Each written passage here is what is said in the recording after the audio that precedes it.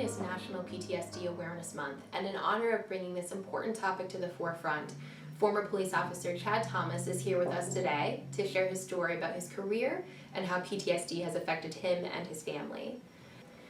Former police officer Chad Thomas has worked in law enforcement for 19 years. Over the course of his career, Chad has devoted his life to serving and protecting the citizens in our community through diligent patrol, leadership, and serving on the SWAT team and the Drug Task Force. Chad is here today to talk with us about his experiences as a police officer, the traumatic events that he's experienced, and how PTSD has affected him, his family, and his career. Thank you for being here with us today, Chad. You're welcome. Chad, what made you want to become a police officer? As a young kid, it was something I always was interested in. My father was a police officer. I always looked up to police officers and admired it. And I always felt that it was something that I wanted to do because I always felt that I wanted to protect people. And I think that's what pulled me more towards the police field. I was always the type of person that wanted to look out for other people before myself. And I thought that being a police officer would be a good choice for me. Thinking back to 19 years ago, when you're fresh out of the police academy and you're just entering the police force, and comparing that to now that you've been working in this field for almost 2 decades, how would you compare yourself from back then to now? I can remember applying to the police academy, hoping and praying that I would get in. And I remember going through the interview process at the police academy, and it was something that I thought people always told me, strive for what you want to do, strive for what you want to do. And this is what I wanted to do, and I never believed it until I finally was accepted to the police academy. I went to the police academy in 1998. I graduated in March of 1998. And when I graduated the academy, it was one of the proudest moments I've ever had. And then June of '98, I was hired with my first police job. And coming out of the academy, getting my first police job, it was a mixture of emotions. I was proud, I was excited, I felt strong, I felt very excited. It was something, a feeling that I can't even explain how I felt. And early in my career, I felt untouchable as a police officer. I felt that nothing could ever happen wrong to me, and that it was just going to be a long, happy career, which for the most part it was. And now I sit here today after 19 years of it, and I can tell you that 19 years of police work, if not taken care of properly, can catch up with you really quick. Tell us about your first year on the job. Was it what you were expecting it to be? We hear a lot about what to expect and what you're going to see and do through the police academy, but nothing compares to the first time you're in a patrol car alone without your training officer by yourself for the first time. It's an experience that you don't know unless you go through it. It's a wonderful experience, but it's an unnerving experience, very nerve-wracking, frustrated, scared. A lot of people tell you, oh, I was never afraid as a police officer, nothing never frightens me or bothers me, but that's not the truth. There was lots of times that I was afraid. I can remember my first traffic citation like it was yesterday, my first traffic stop. I stopped a person and I was so nervous till I ended up giving him his traffic citation. It was soaked with my sweat because I was so afraid and so nervous that I was going to screw up. But I grew and I learned, and I was taught by a lot of good officers and brought up through the ranks from part-time at 4 or 5 different jobs at one time to finally obtaining a full-time job. My first full-time job was at Catawissa Township. I worked there for a little over a year, and then I was hired at South Center Township. I worked there for several months, and then I was offered a full-time position at Briar Creek Township, where I stayed for a little over 10 years. After working at Briar Creek Township, In 2010, I was offered a position that I applied for at Mahoning Township Police Department, where I served for 5 years. Mm-hmm. Great. My first year on the job, I quickly got the name by my fellow officers as the Black Cloud.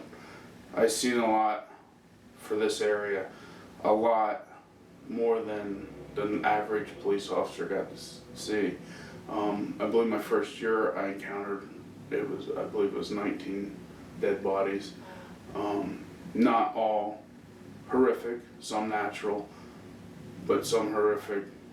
Vehicle accidents, suicides, SIDS, with young babies. Mm-hmm. And I was able to actually be the person to be there with the people that, as they took their last breath.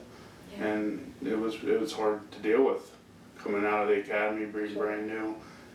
You always know of death through your family and friends and everything, but until you experience it firsthand, it's tough to cope with.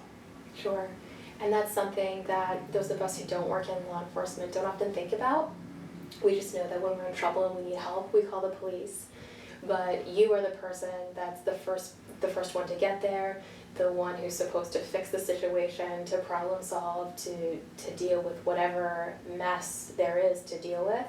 And that's something that a lot of people take for granted. I think they don't think about the often horrible situations you can find yourself in. The way I can explain that is you have 2 to 5 seconds to make a decision, and you have to live with that decision once you made it in an emergency situation. Everybody else has a week, a month, a year to pick you apart on a decision you have seconds to make. Right. And then decisions always stick with you because it can be a life-altering decision. Absolutely. And it's just something that you have to be confident in and know that you're doing the right thing, and in your heart you're doing the right thing. Can you share with me some of the worst experiences that you have had as a police officer? Well, as a police officer, starting from young till now, I believe I was 20 years old when I started in police work. I'm now 41. Like I said, out of the academy, you feel like a boulder, unbreakable. And each bad incident that you deal with, the way I describe it, is it feels like you're a big boulder and somebody hit you with a sledgehammer, each one. Eventually, after you're hit long enough and hard enough throughout the years, you end up feeling like a little pebble. And that's the point I got to. I've seen so many things throughout my years. I've watched a man shoot himself in front of me. I've watched people die in vehicle accidents while I sit there talking to them, knowing that they're gonna die, and trying to comfort them and help them through a situation that they don't have no clue of. Right. I had one specific incident that really hit me hard. It was a holiday weekend, and I was working alone, and I got a call for a struck pedestrian. And on the way to the call, the address came over the radio. I could tell them that the dispatcher keyed up the radio that it was going to be something pretty bad. And they dispatched me to this address. And on the way there, I only knew 2 kids that lived on that address.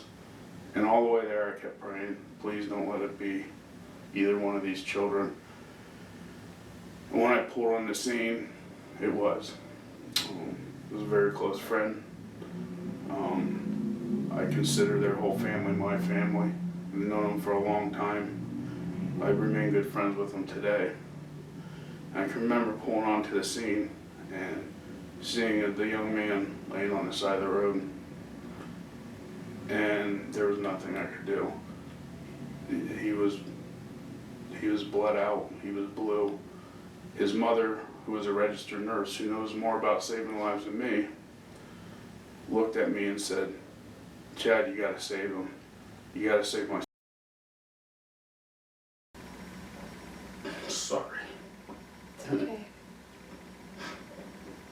And at that moment, I felt so helpless. Of course. I didn't know what to do. I did the best that I could, and I told her, he's gone. And she went crazy, like any mother would do. And I was trying to comfort her and deal with him at the same time. Yeah. And I can remember closing his eyes. I can remember putting my coat over top of him. And she pulled me to the ground. She pulled my microphone right off my shoulder. And she's saying, you gotta save my son, you gotta save my son. And I kept telling her over and over, there's nothing that I can do. Right. He's gone. And then his father finally came home from work. And not to mention the poor man that struck him was still on the scene. And it was hard to cope with because it was a pure accident. Sure. This kid came out of a driveway covered by trees. Mm-hmm. And it was the driveway and the road. And until he hit the road, the car was right there. He had no reaction time to stop. Mm-hmm. After the incident, I went back and I sat and I talked with the family for a little while, made sure they were okay. And to this day, we still stay in touch. And we talk probably on at least a monthly basis. And it's just one of those incidents that I can't get out of my head, knowing that this was a young kid that I knew, that I spent time with. Mm-hmm. And it made it that much harder. Not that it wouldn't have been just as hard if it were anybody else, Mm-hmm.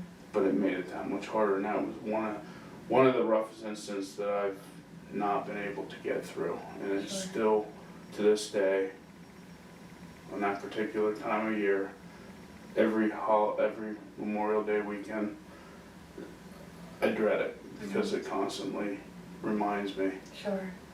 of that day.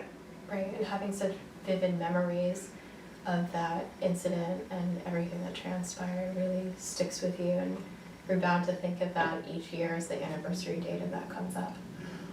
Also, some other things that have stuck with me as my time as a police officer.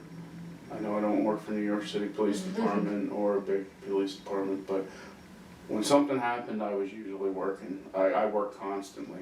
I was never home. I missed holidays. I missed birthdays. I missed every type of family function there was. I was either sleeping or working.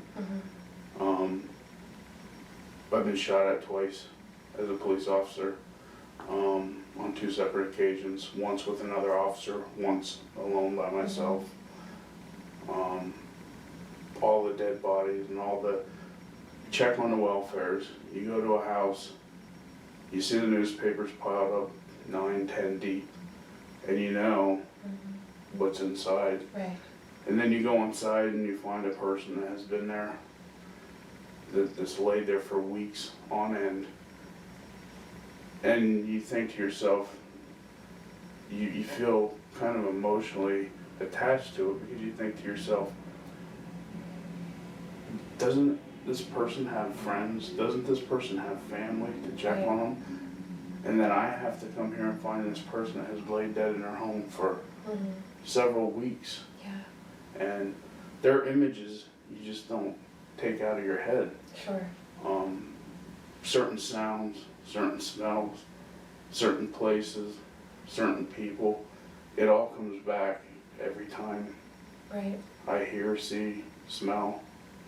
Mm-hmm. I mean, I was to the point where I would go to a restaurant with my family, and I'm trying to break myself of this habit, I always have to sit with my back to the wall where I can see the door, just To feel safe. to feel safe. Right. I've excluded myself from everything towards the end. The PTSD, I wasn't really aware of it until later in my career. And everything you're describing is classic symptoms of PTSD, reliving the trauma that you've experienced, having nightmares about that, having triggers associated with the traumatic event. I hear you talking about smells or sounds that that come up just in everyday life that remind you of different experiences that you've had in your work, and it brings all of that back. It just floods through your mind, and once those images are there, you're right, they don't go away. You live with those for the rest of your life. I can remember after the incident with the young man who was struck by the car, I remember going home at the end of that shift, and I can remember walking into the house, and I walked to the refrigerator and opened up the door and I grabbed a beer. And I remember getting ready to crack that open, and I stopped and I thought to myself, you stupid son of a bitch, if you do this now, you're gonna become a flaming alcoholic. And I didn't. I put the beer back, and I went and I sat on the couch. And I just remember flipping through the channels, not even really watching nothing, just flipping through the channels. And finally my wife, she came home, and we talked for a while, and it got to be later in the evening, and she said, let's go to bed. It was a long day. I can remember going to bed and waking up in the middle of the night, crying, trembling. I couldn't stop. It was something like I've never experienced before. I was shaking uncontrollably, and I told her, I need help. I need to talk to somebody. This incident's gonna kill me. And we got a hold of some people, and I got taken to the 911 center, where they brought a former chief of police who's now a police psychiatrist, and he talked to me for 6 hours approximately about this incident. And if I would not have talked to that man that day, one of two things would have happened. My career would have ended, or my life would have ended. That's the point where I was at that time. And sadly, police officers in particular have a 69% greater risk of suicide than the general population. And a lot of people think that that's attributed to the day-to-day stress that police officers have in their job, but it's really as a result of the accumulated trauma that you experience as a result of your work, because that builds and builds and builds one on top of the other. And PTSD is something that police officers commonly experience, but often don't recognize or identify that they have it, so it often goes undiagnosed, untreated, and that's when problems really start to develop. Like I hear you saying, you know, one of the things that you were inclined to do was resort to alcohol to help numb that pain that you were experiencing, and fortunately you caught yourself, but for a lot of other people, that's what they resort to try and feel better, to try and push the traumatic events out of their mind, is medication, sleep aids, isolation, alcohol abuse, or in the worst case scenario, taking their own life. I've been through all that, and I know that I have abused alcohol. Not that particular day, but I know I have abused alcohol to numb the feelings. I know I definitely abused sleep aids. I couldn't sleep. Mm-hmm. When I would sleep, it wouldn't be good quality sleep. Sure. I'd go through bottles of NyQuil, Benadryl, sleep aids, just to try and make myself fall asleep. Right. Another one of the top incidents, it was not my incident, I was assisting at the time. We were called to Jerseytown. It was about 5:30 in the morning. I was working for Catawissa Borough Police Department at the time. I was still young in my career. It was probably 1999, around that time frame. And I could hear an officer yelling for assistance over the radio. And it was broken, but I could hear him screaming. And finally County relayed to all the officers that officer needs assistance, shots fired in Jerseytown. And I can remember making it from Catawissa Borough to Jerseytown in about 13 minutes. I don't remember the ride. All I was focused on is what was going on at the time. I remember rolling up over the hill in a cruiser, and the officer on scene said, all responding units do not come up over Jerseytown. And when he said that, I was there. I remember looking to my left-hand side, and I seen a man standing in the front yard with a rifle. It was actually a shotgun, a long gun. And I looked at him, he looked at me, and I bailed out of the passenger side of my vehicle. When I got out of the car on the ground, I was staring face to face with a dead man that was laying on the side of the road. I ran across the street to close the distance. There was officers starting to show up at this time. There was already 2 to 3 on scene as I got there. I remember running across the street. There was a full-size Ford Bronco, and I got behind the Bronco. And just as I got behind the Bronco, I could hear kids screaming and yelling. And the man with the gun yelled to his kids, told them to remember that your dad loves you. And as he's talking, I looked to the right at the bottom of the steps, and there lay another body. It was a female. And after he said his piece to his children, he took the gun, he stuck it under his chin, and he shot himself. And he fell and landed on his ex-wife's body. That was also very young in my career. Yeah. And that was another one that not just sticks with me, but I know through talking with fellow officers that have been there, bothers them too. Sure.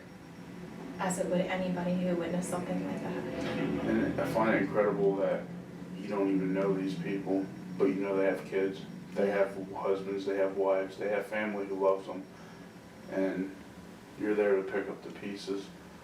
But then at the end of the day, when you go home, who's there to pick up the pieces for you? Right. Yeah, that's something that you carry with you and that you struggle with and you wrestle with, and not having someone there to comfort you or offer any type of peace can really build up for you. And it does. I'm trying to work on this. I'm working really hard at this to try and make it through. And I think I'm doing a pretty good job with it. But it's just something you don't want to admit to. Sure. Because you're afraid. Yeah, and that's the case for a lot of emergency responders when they start to feel the overwhelm and some of these symptoms of post-traumatic stress disorder, having the nightmares, having these recurring images come to mind, just feeling really unsettled. Oftentimes it's hard for them to even recognize that there is a problem. Oftentimes it's family or friends of emergency responders that will identify it first. They'll pick up on behavioral changes or notice that their loved ones are isolating more often or abusing alcohol or seem to not care or have short tempers, those sorts of things. But it's really difficult for the emergency responder themselves to admit that there's a problem, to acknowledge that something's going on, and an even bigger obstacle to getting help. I think that there's a real fear associated with experiencing PTSD that some departments might not be supportive of their officers getting help. They worry about the security of their job. They fear that if they admit that they're struggling with PTSD, that their department might terminate them or ask them to resign or treat them like they have a severe mental illness that would impede their ability to perform their job well. And unfortunately, I think that keeps a lot of emergency responders from really getting the help that they need. And towards the end of my career, probably for the last 3 to 4 years, I knew inside that something wasn't right. I did everything as far as isolating friends, family, short-tempered, quick to judge, and I knew I wasn't the same person that I was when I started this job. Mm-hmm. And at the end, it took a traumatic incident that changed my life forever to make me realize that I really do have severe post-traumatic stress disorder, and I did not know that at the time. And it just bothers me that it took an incident like I went through to make me realize what was going on inside. Can you tell us more about the event that happened and how it's changed your life? What brought me to realize and be diagnosed with PTSD is something that I'm very ashamed of, I'm not proud of, and that I want everybody to know that I would not have done under normal circumstances.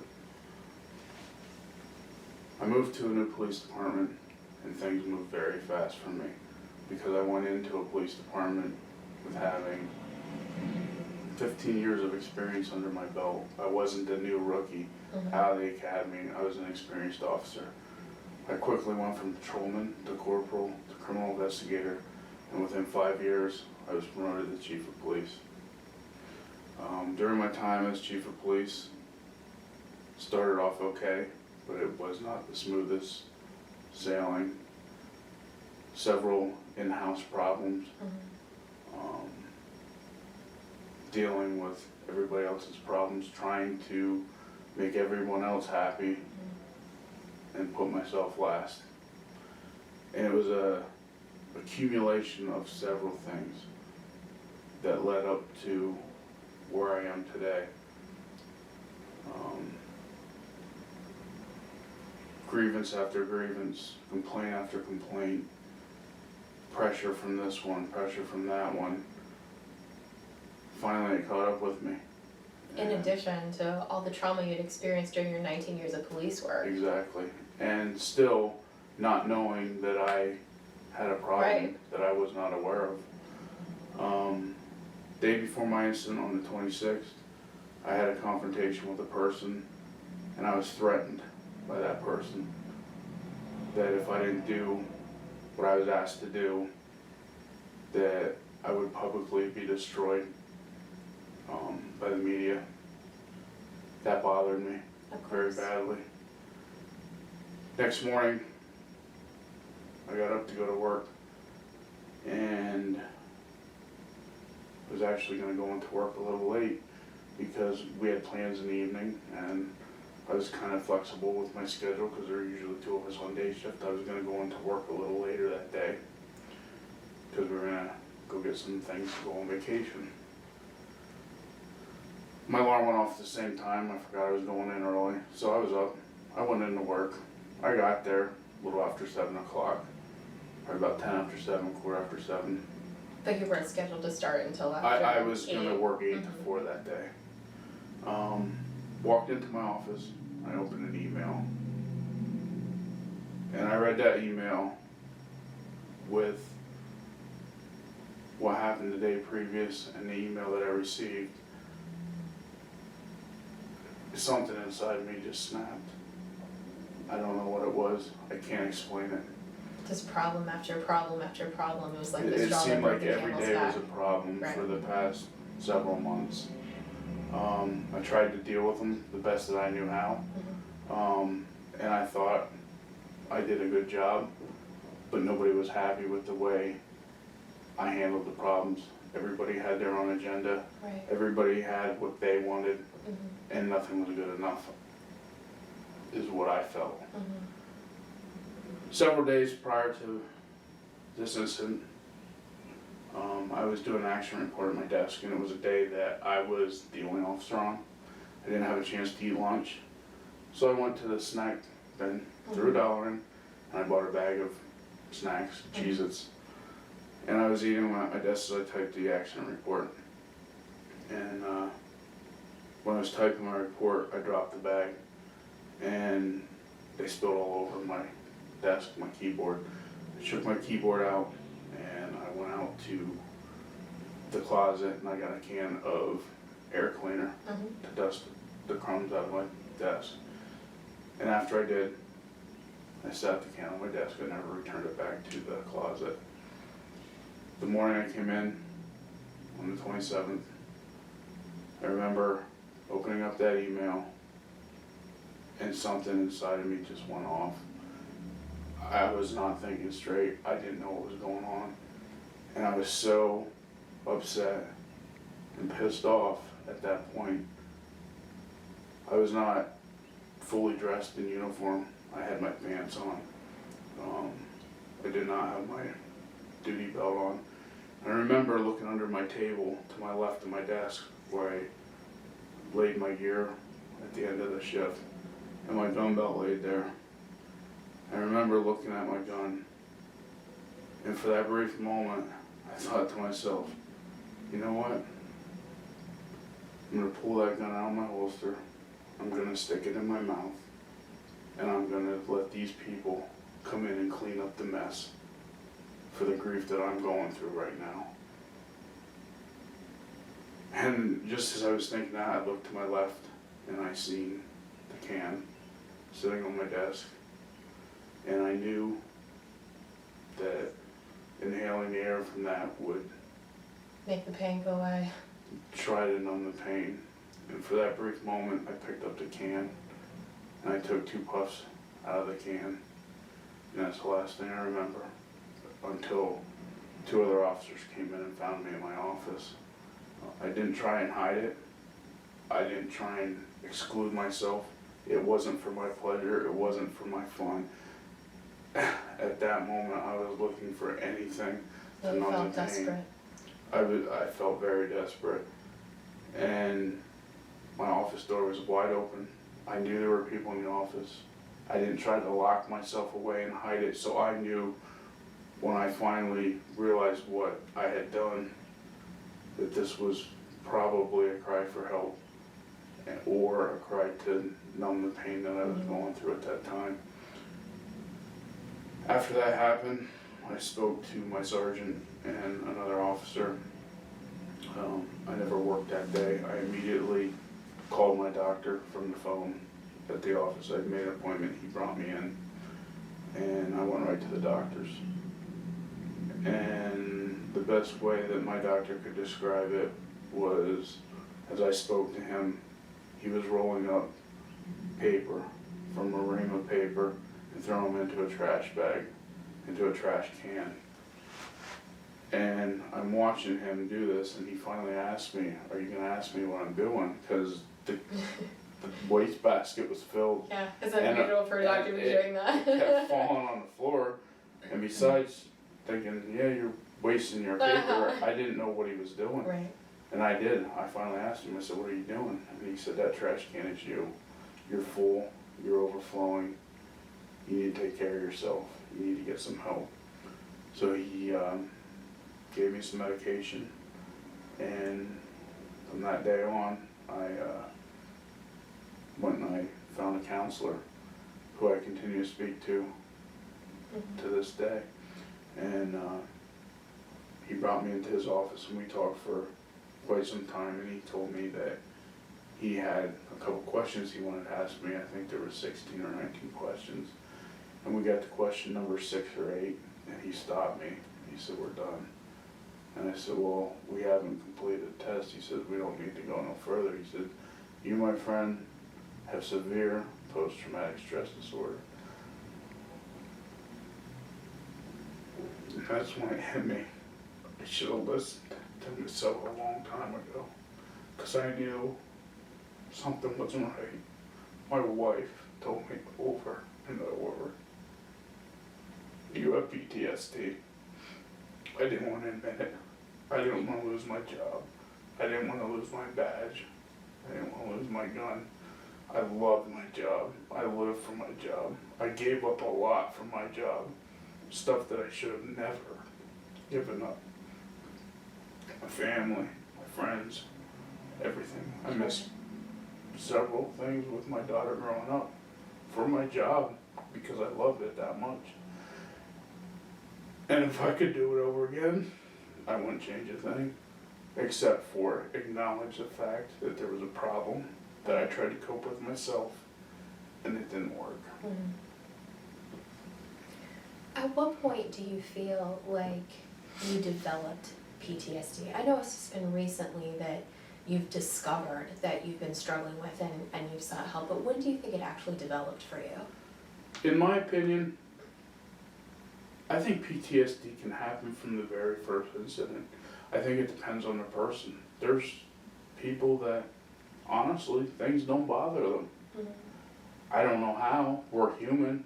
Sure. And For somebody, the horror that you see in your line of work, it would be really amazing if it didn't bother somebody. for somebody to tell me that they've been through, I know there's officers that have been through a heck of a lot worse than me, and for them to tell me that these things don't bother them, they don't have problems inside, I'm gonna tell you right now, from my experience, they're not telling the truth. They're not being honest with themselves. They're in denial, and they're afraid for the same thing that I was. Sure. They don't want to lose their job. They don't want to be ridiculed. Well, and you'll have families to provide for. You have responsibilities that you need to tend to, and it's really scary to come forward and get help for PTSD when you think that you might not be able to take care of your family if you do that. What bothers me most about being diagnosed with this, I didn't ask for this. I didn't want this. This was all job related. And I'm not saying it happened at one job or another. It was a mixture over several years. Some places were worse than others. And to know that I had a this is work related, and I feel as if I've been tossed away like a bag of garbage. And nobody wants to acknowledge the fact that he's not a bad person. He had 19 years of good police work, helping people, doing everything he could to make sure. I mean, I've had letters of accommodation. I've had awards through the Women's Center. I have a life-saving award. I mean, I've been acknowledged by the Drug Task Force. Several things that I have done good. I have not. I've made mistakes. Every officer makes mistakes. But I've never hurt anybody. I've never tried to hurt anybody. I've always tried to do the right thing. And I've had one breakdown that led me to this. And I feel like everything that I've worked for, everything that I strive for, everything I put my heart and soul into is gone. Right. Just like that, over one bad decision. And it wasn't, I could see if it was a decision that I was looking to do to get high, to give or one pleasure that you to myself. even made consciously, but in that moment you weren't thinking clearly because the pain was so great for you. That was really influencing And your that decision-making is process. something that I beat myself up over at the time because I didn't know. I didn't know what I was dealing with 100%. And after talking to a therapist, he told me that PTSD occurs in triggers. And now, looking back, I can see several triggers that finally reached me to the point of no return to where I got to today. Right. And mental health is just as important as physical health.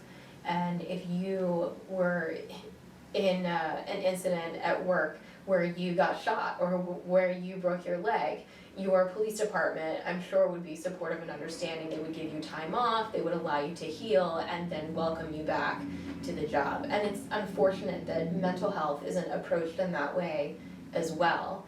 Because anyone who's struggling with PTSD, they just need treatment and they need time to heal. And any officer struggling with PTSD, if they get the help that they need, are fully capable of resuming their regular responsibilities. It's just unfortunate that some departments don't look at it that way. They aren't aware of what post-traumatic stress disorder really is and how effective treatment can be for their officers to rehabilitate them and get them back on duty. And that was my point to the department that I worked for. You know, like you said, if I were shot and injured, if I was hurt in an altercation, they would have given me time off to heal and brought me back. This is no different. I mean, my post-traumatic stress was developed because of this job. Right. If it weren't for this job, I wouldn't probably be in the boat that I'm in. But they didn't give me the time to heal that I needed, and they didn't bring me back. In fact, it's been a roller coaster. I've been punished, I've been brought back. I've been punished, I've been brought back. I was punished, I was brought back, and then I was terminated. And that alone, on top of everything else, has been terrible. And I don't wish it on anybody. Chad, how have you changed as a result of your experiences, and what are your plans moving forward? I think it actually made me, once I came to acknowledge and accept the fact of PTSD, it's changed me as far as the way I cope with things on a day-to-day basis. Things that would normally upset me, things that would normally bother me, things that would normally set me off. When I feel that way, I know what the problem is. And now, it's just funny knowing that when you have a problem, how you can override something by the help of counseling, by the help of medication and just knowing and being aware of the problem. I think it's made me a better person. It's made me not so quick to judge somebody. It's made me accept the fact that good people make mistakes. It would make me a better police officer knowing that don't be so quick to judge that guy and throw the book at him because maybe he has a problem that led him to this situation. I think it's made me a better husband, a better father, because now, instead of taking my problems out on the people that were there for me, I can relate with more and be open and talk about it. And that's the problem. I never talked about it. I kept it to myself. I tried to handle it myself, and it don't work. Yeah. You have to talk to somebody, and if you don't, it's gonna absolutely destroy you. So if there's one piece of advice that you can offer other emergency responders, what would that be? I would even extend that to fire, EMS, police officers, dispatchers, military, civilians who have witnessed a traumatic incident. Don't try and cope with it yourself. Don't try and fix it yourself. You can't do it. You need to talk to somebody. If it bothers you at all, or even if it doesn't bother you at that particular time, you need to talk about it. Any critical incident needs a debriefing right away. And I think that's where things are starting to slip through the cracks. You don't see the critical debriefing as much as you used to see. I think everybody in the line of first responders, military, should be prompted even once a year to go talk to somebody and not let these problems build up. Sure. And automatically after a traumatic incident, I think my feelings are that that person who has witnessed that or been involved with that should immediately seek counseling and talk to somebody, because there are more people that live with post-traumatic stress than they know or that anybody else knows.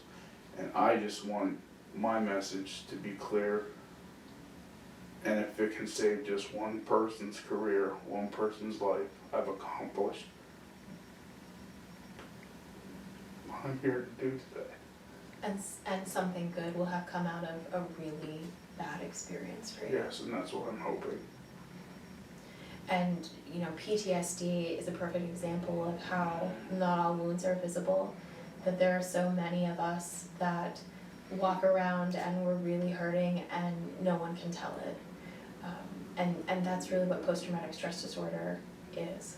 But it's great advice that you're giving to take a more proactive approach to PTSD instead of a reactive approach, to talk about it and open up about it even if you don't feel like it's bothering you in that moment, to be talking about what you've experienced and processing that before it does become a problem, before the emotions do come to the surface, or before the emotions get so intense that you don't know how to deal with them, because it's so much more difficult to pick up the pieces once everything falls apart as opposed to preventing the breakdown from happening to begin with. It's easy to let your cup overflow and and it's easy just to turn your back and not acknowledge it and walk away from the mess. It takes more of a person to acknowledge what's going on, how you're feeling, and that you are not beyond needing to talk to somebody. Just because you wear a badge and carry a gun, at the end of the day, you're still human. You still have a family who cares about you, and you need to take care of the problem. And take care of yourself. Swallow your pride and talk to somebody, or it will destroy you. Chad, thank you so much for being here with us today and raising awareness about post-traumatic stress disorder. I deeply appreciate the courage that it took you to come here today and share your story with such honesty, and also really appreciate all the sacrifices that you've made throughout your almost 20-year career to protect and serve our community. Thank you very much. I think you serve as a real inspiration for other people who are struggling with PTSD, who may be afraid to get help, and hopefully in hearing your story it will encourage them to reach out to gain awareness about their struggle and to get the help that they need to feel better. And there is life after this, and you can live with PTSD. You just gotta know how to cope with it. Sure. Thanks so much for being here. We wish you the best. Thank you.